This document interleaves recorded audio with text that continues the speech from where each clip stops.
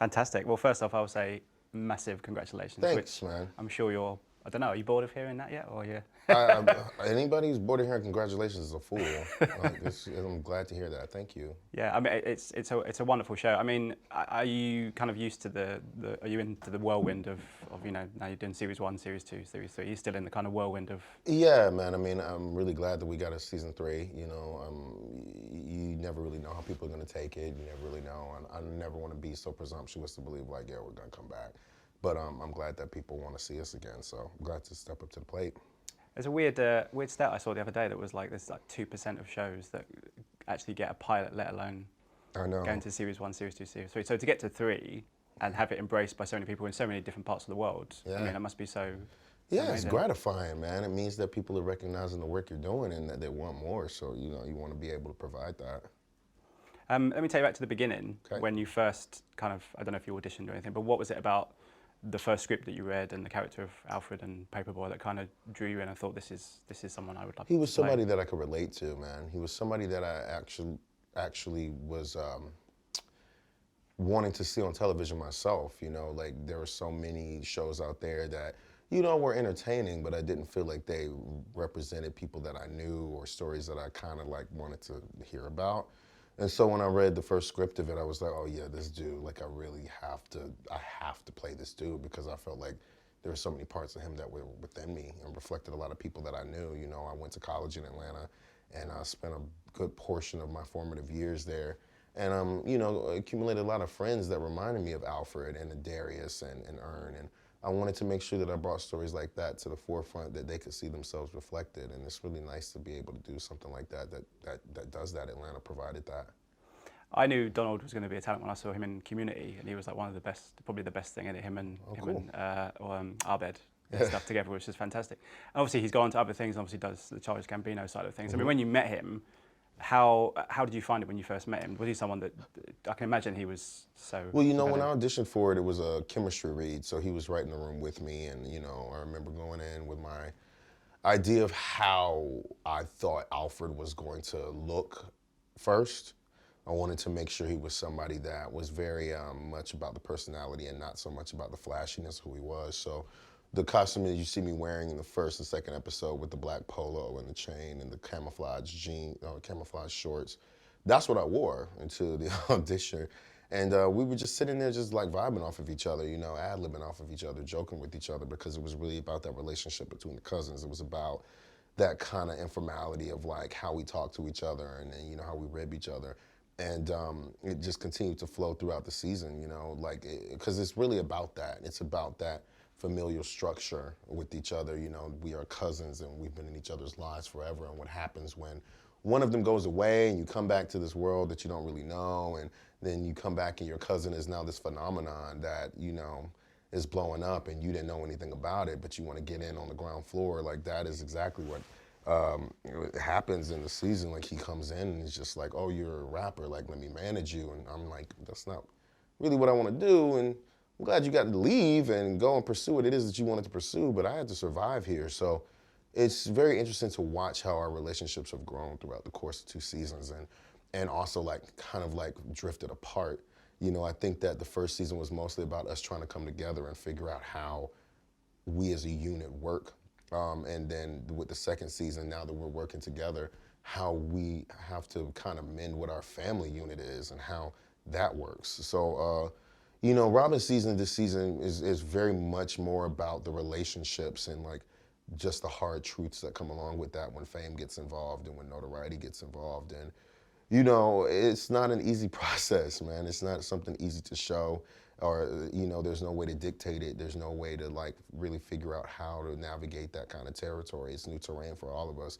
So, I think that that's some of the masterful work that goes with our writers and our directors, Stephanie Robinson and Steven and Femi and Jamal. Like, it's like they do this really amazing craft that they want to keep it as real as possible, whatever real is in this universe that we've created. And yeah, man, this season was hard. It was really hard. We had to confront a lot of things that we didn't think we were able to confront, that we just were uncertain of, like how the audience would take it. There are a lot of episodes that we kind of like switch gears a bit do things that are very much like not of the norm, but are very personal. And yeah, man, I think that the end product came out pretty good. I mean, the rapport between you four in particular is phenomenal. With obviously Zazie and Lakeith, who I remember seeing in Short Term 12 and just being like, "Wow, this guy's just incredible." Was that an easy thing to kind of grab, or did you guys? Was it immediately just? It was actually because when I first met Keith, you know, there is just such a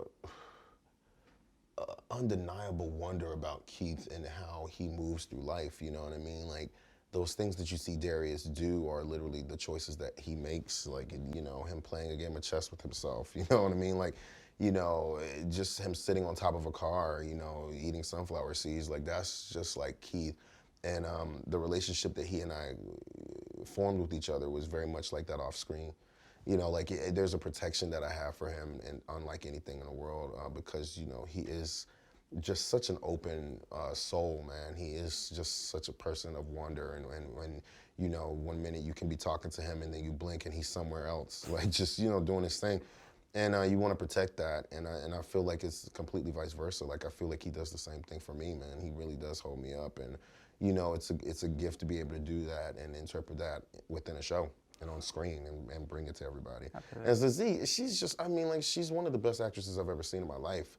She is able to, you know, just capture this essence of what it's like to be this woman that's trying to figure out her relationship to this man, and being this mother, and being the breadwinner, and being the voice of reason at most times. But, you know, there is an essence about Zazie that just her exploration is just unlike anything I've ever seen. And the four of us can be more different people in real life. Like, I think that's why the show works the way it does, because all four of us are just the embodiment of just four different kind of black people. Like there's no one thing that, like, ties us together. And I think that's what's great, is that we're constantly learning from each other and constantly just being individuals at all times. And, you know, working with Donald is a gift. Like, it's a dream come true, because we all are unafraid to learn. Like, it's all a learning curve. We're all learning from each other at all times. And it's fun to be able to have a show that allows us to play and explore that, man. Like, it's very rare that you find something like that. And we're funny. I think we spend a lot of time doing this show laughing with each other and joking with each other and talking about the issues that are happening in the world, and just be like, can you believe that, man? Like, it's really crazy. And it's good to have that kind of communication, because I feel like it really shows once the product is put together. Yeah, absolutely. You can, I mean, the talent involved is just fantastic, and people on this have kind of springboarded into stuff. Obviously, Donald was a semi-big star, but now he's obviously known as Lando to a lot of people. Zazie's gone into Deadpool. But you've got some really interesting stuff coming. You've just worked with Steve McQueen and Barry Jenkins. I mean, how was it working with two filmmakers that are so revered, but also so important to kind of modern day cinema? It's worth its weight in gold, man, because I never really thought that would ever be something that would present itself. And, you know, Steve McQueen is just a visionary, man. He's really masterful at what he does, and he picks his projects very, very, very, very, very, very carefully. And to be able to do Widows, you know, and with Viola Davis and Elizabeth Debicki and Colin Farrell, like, all these great actors and actresses that I've looked up to for a long time, to be able to step up to the plate and just, you know, do what we do, it's unlike anything in the world. And you know, Barry Jenkins is masterful as well. You know, Beale Street Could Talk is one of my favorite James Baldwin novels, and, you know, we did that in New York. We actually shot it about 5 blocks from my house, which was really cool. And, you know, the caliber of actors that they choose and the caliber of stories that they choose, I'm really just very fortunate to be amongst that number. To be able to come and tell these stories with these great storytellers is unlike anything I've ever experienced, and I hope it continues, like, for a long time. But yeah, man, I mean, like, I also like that I'm able to share these different sides of myself, to show people that I'm more than just Alfred, to show people that I'm more than just that one kind of character. But even within Alfred and himself, man, there's so many different layers to him. There's so many different sides that people are going to be presented this season, especially with him, because, you know, Alfred has seen things and has gone through things and is dealing with loss just like anybody else, is dealing with mental health just like anybody else, is dealing with fame just like, you know, not like anybody else, but, like, you know, there are different sides of him that he's just discovering as well, man, and then that can be scary. And as an actor, portraying that, man.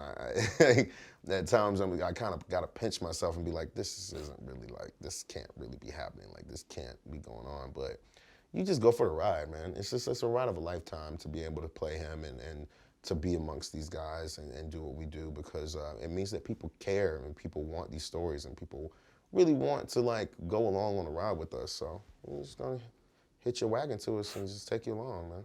I hope it continues. Thanks, Listen, man. Thank you so much for your time. It's been an absolute pleasure talking to you. All Thank right, you so much, man. Thanks a lot.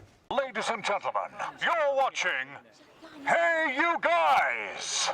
Hey You Guys, huh? Hey, you guys. Is that from the Goonies? It is indeed, yeah. Nice. Hey!